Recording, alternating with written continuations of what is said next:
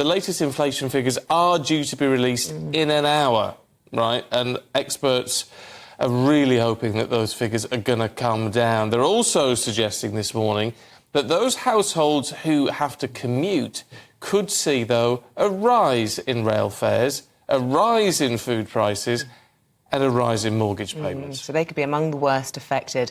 Well, the Prime Minister's saying there is still light at the end of the tunnel, but Labour has accused Rishi Sunak of overseeing a £350 increase in monthly bills for the average household.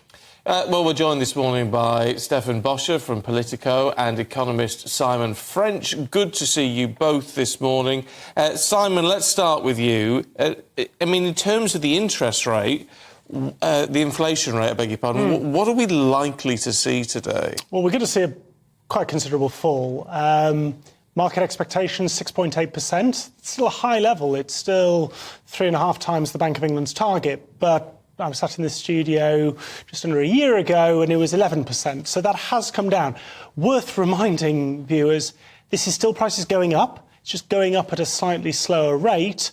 Is the pathway probably towards 4-5% by the end of the year? Yes. The big change today, though, will be the role of energy prices. Petrol, people filling up their car a year ago were probably paying about £1.90 per litre. Today, £1.45, £1.50, so a reduction there. Also, energy costs for your household, gas, electricity.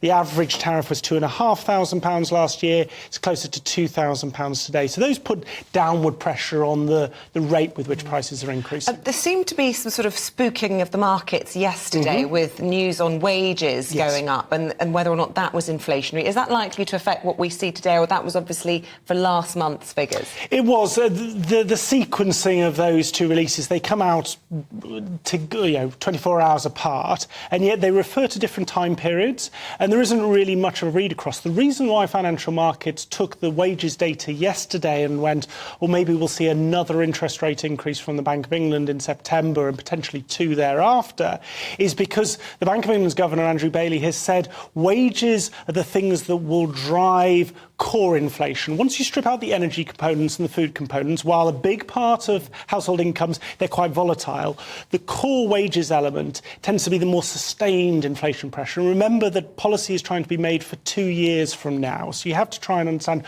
which of those stable forces are still pretty inflationary and going to require interest rates to lean into them. So we've got all this, what could be very, positive news, at least steps in the right direction, Stefan, in terms of how the economy is going. And yet there are still these huge concerns over commuter households, rail fares linked to retail price index. Does all that need to change now? Because it's just an additional pressure that people can't cope with. So this is something that the Liberal Democrats are calling for today. They're calling for prices of rail fares to no longer be linked with RPI, which is a measure of inflation every year, and that this month total, which is expected to be around 10%, will then set the price increase for rail fares next year. It's something that it's very easy to call for when you're the fourth largest party in Parliament and you have no spending commitments and you're able to sort of, put out these sort of populist policies. But the fact is Rishi Sunak's main priority right now is getting inflation below 5%. This sort of policy would be inflationary. It would add, it would put more money into people's pockets, which would add more, which would put more money into the economy. It would increase demand. So we can forget about the government doing it. But for, a smaller party in Parliament, it's a very easy thing to say to try to win over a few votes in, struggling people. And struggling people are what they've identified in this, because for commuters, particularly today, with this rail increase, we're talking again about possible two further interest rate hikes for mortgage owners. That's a worry. And of course, we're seeing the cost of food. Yes, it's coming down, but it's still, going up, if you see what I mean, inflationary compared to this time last year. So, that's the focus, those people that at the heart of this, the consumers in all of this, and where those votes lie. Well, that's right, and this is always the tightrope that the government had to walk this year in, saying that we're on your side and that we're not going to, rest until the economic conditions get better, but also really not being able to do very much to lighten the load for people. Without getting inflation under control first, there's no way that the government can really get the economy back to growth in a sustainable way. So I think that the message from the government is hold on for a bit. Inflation is going to come down, and next year I think we're going to see a lot more proactive government policy to try to lighten the load. What does this do, Simon, for the Monetary Policy Committee when they come to look at interest rates in, I don't know, what is it now, 2.5, 3 weeks' time?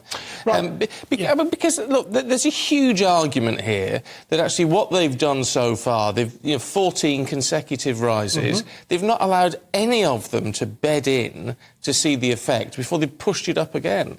Spot on, and one of the criticisms I've made of the Bank of England is they know that there is an 18-month to 2-year lag between when you raise interest rates and its full impact. The problem is expectations, and what fuels long-term inflation is whether people expect prices to keep rising.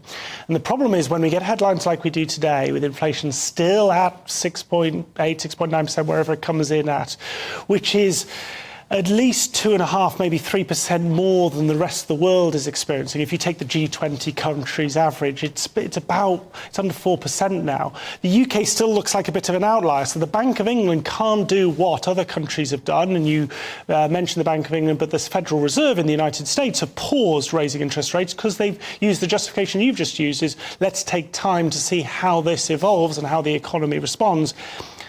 The Bank of England, the UK economy, unfortunately doesn't have that luxury right now. I think it will as we go through the latter months of the summer and into the autumn. Andrew Bailey is trying to construct something like that of a narrative, but he's being forced by financial markets to continue his foot on the accelerator. But the issue with all of this is that, we're being told that the economy is improving, right? And, if inflation is starting to come down, all the rest of it, it's all good news. But for us, all we feel is continued and increasing pain. Of course, and I think that's what a lot of voters are ultimately going to have front of mind. And we're seeing poll after poll, the government is being punished for something which is completely out of their control right now. It is consistent that the biggest issue facing people is the cost of living, is how they're going to pay their bills every month and how they're going to try to live, the same quality of life they've been living the last 10 years. And it's something that the government is really being punished for on the doorstep. That being said, we all know Rishi Sunak, of course, came out early in the year saying he wanted to halve inflation by the end of the year. This today will be a big sort of indicator of how he's doing with that. He sort of struggled more than he was expecting, we think. That's fair. But some forecasters predicting that actually we could see energy prices going back up again towards the end of the year. Yep. Will that have pressure on inflation? Could we see inflation come down, but then actually go up again around Christmas? It's a very good question because the history of inflation is once it's spiked to the kind of levels we see, putting it neatly back in the box, never to re-emerge again, is quite rare.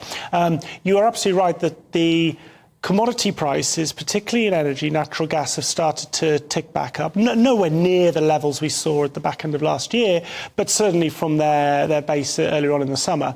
Also, the climate changes we have seen have impacted food yields. That'll start to pick up soft commodity prices. So you're right. While I think the Prime Minister is probably still relatively confident he'll get to the end of the year and have halved from that 11% that we saw at the back end of last year in terms of the inflation rate. The idea that early next year, as we start to see those commodity prices work their way, they never work instantaneously through the supply chain. But once they work through, do we start to see inflation nudging back up? I think that's a real risk, yes. Oh, dear me. Can you both come back with some better news at some point? That'd be very nice. Maybe next year. Maybe next year, yeah. Stefan, Simon, thank you both very much indeed.